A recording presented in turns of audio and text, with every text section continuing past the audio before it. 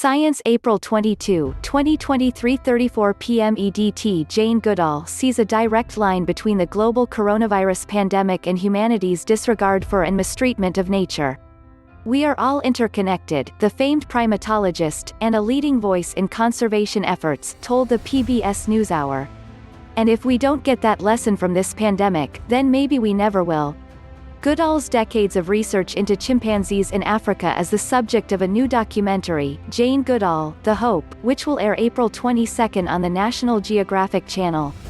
Goodall has also been a tireless advocate for animals and environmental issues, particularly when it comes to how human behavior can disrupt wildlife habitats.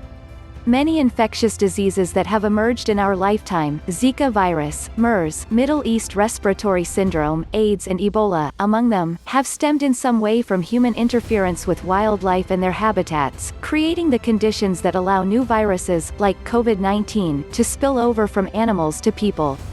I toured this exhibit on epidemics before the coronavirus pandemic shut it down. Initial evidence about how the novel coronavirus first spread pointed to wet markets, where live animals are sold, in Wuhan, China.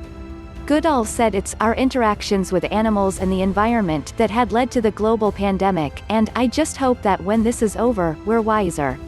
Goodall also said she hopes that China's ban on wet markets holds and is extended to prohibit the sale of wild animals for medicine, like pangolin scales and bear bile.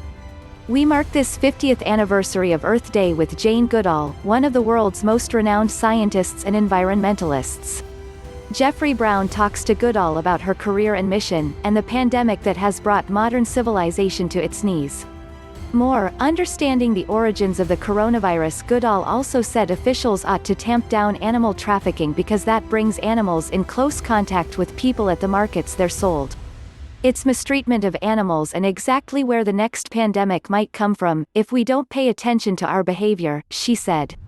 I pray that we will this time take heed of the message that we're being given, because this pandemic has been predicted for many, many, many years. Watch the NewsHour's full interview with Goodall here.